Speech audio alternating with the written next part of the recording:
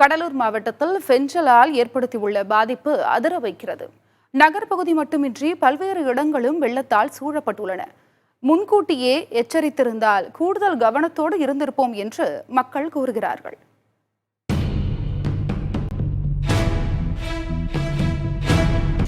கடலூர் மாவட்ட ஆட்சியர் அலுவலகத்தை ஒட்டி KTR நகர், ஆல்பேட்டை உள்ளிட்ட பல்வேறு பகுதிகளும் வெள்ளத்தின் பிடியில் இருக்கின்றன.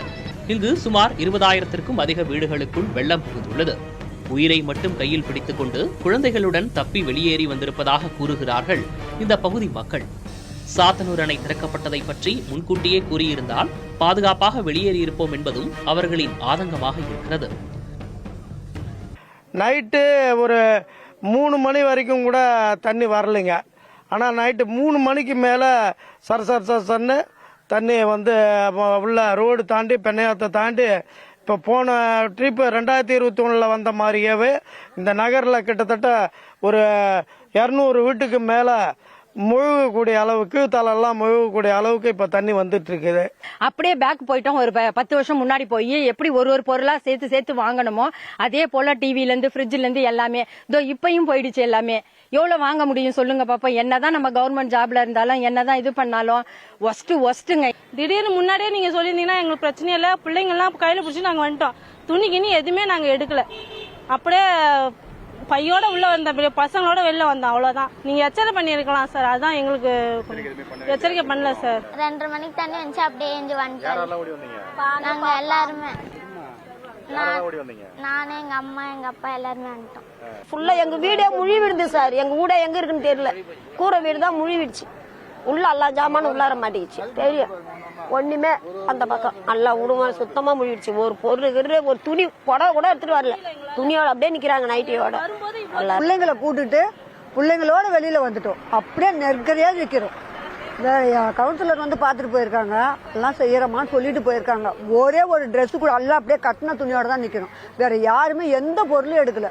உள்ள அப்படியே திறந்து விட்டுட்டு எல்லாம் கும்பலா வெளியில ஓடியாண்டோம் சார் புள்ள குட்டியோட. கணிக்க முடியாத நகர்வுகளுடன் பயணப்பட்ட ஃபெஞ்சல் புயல் தான் பயணப்பட்ட பாதை முழுவதும் பேரழிவுகளை ஏற்படுத்தியுள்ளது. பாதிக்கப்பட்டுள்ள பகுதிகளில் மீட்பு மற்றும் நிவாரணப் பணிகளில் சிறப்பு அதிகாரி ககன்தீப் சிங் பேடி, மாவட்ட ஆட்சியர் சிபி ஆதித்யா செந்தில்குமார் உள்ளிட்டோர் ஈடுபட்டனர். தாழ்வான பகுதிகளில் உள்ள மக்கள் பாதுகாப்பான இடங்களுக்கு வெளியேற்றப்பட்டனர். அங்கே சாத்தனூர் டேம் ஏரியாலே நைட் அங்கே there has been a cloud burst in the late night. அதனால் ஒரு அங்கேருந்து நைட் 2 AM 1.68 lakhs இனிஷியலாக ஓப்பன் பண்ணாங்க. அப்புறம் இப்போ 1.2 lakh கண்ணாடி இப்போ ரெடியூஸ் பண்ணிட்டாங்க. தென்பெண்ணையார் பக்கத்தில் அழகிய நத்தம், 2000 விளாகம், வெள்ளப்பாக்கம், தாழங்குடா இந்த மாதிரி லோ லைங் ஏரியாஸ் ஒரு 15 ஸ்பாட்ஸ் நம்ம ஐடென்டிஃபை பண்ணியிருக்கோம். கார்பரேஷனில் அதே மாதிரி 3 வார்டு ஐடென்டிஃபை பண்ணியிருக்கோம். இப்போ நம்ம அந்த பஞ்சாயத்து தலைவர்கள் மூலமாகவும் வார்டு கவுன்சிலர்ஸ் மூலமாகவும் கம்யூனிட்டி லீடர்ஸ் மூலமாகவும் நம்ம சொல்லியிருக்கோம். ரெசிடென்ஷியல் வெல்ஃபேர் அசோசியேஷன்ஸ் மூலமாகவும் இப்போ காலையிலேருந்து இங்கே ஒரு 4 o'clockலேருந்து இங்கே தான் இருந்திருக்கோம். ஸோ ரெசிடென்ட் வெல்ஃபேர் அசோசியேஷன் மூலமாகவும் தகவல் சொல்லிட்டோம்.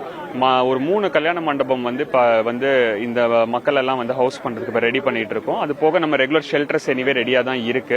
ஃபுட் எல்லாருக்கும் இப்போ ப்ரிப்பேர் பண்ண இன்ஸ்ட்ரக்ஷன்ஸ் கொடுத்தாச்சு, போத் கார்பரேஷன் சைட்லயும் ரூரல் சைட்லயும். வெள்ளம் சூழ்ந்த பகுதிகளில் தத்தளித்த மக்களை படகுகள் மூலமாகவோ கயிறு கட்டி சென்றோ மீட்பு படையினர் மீட்டனர்.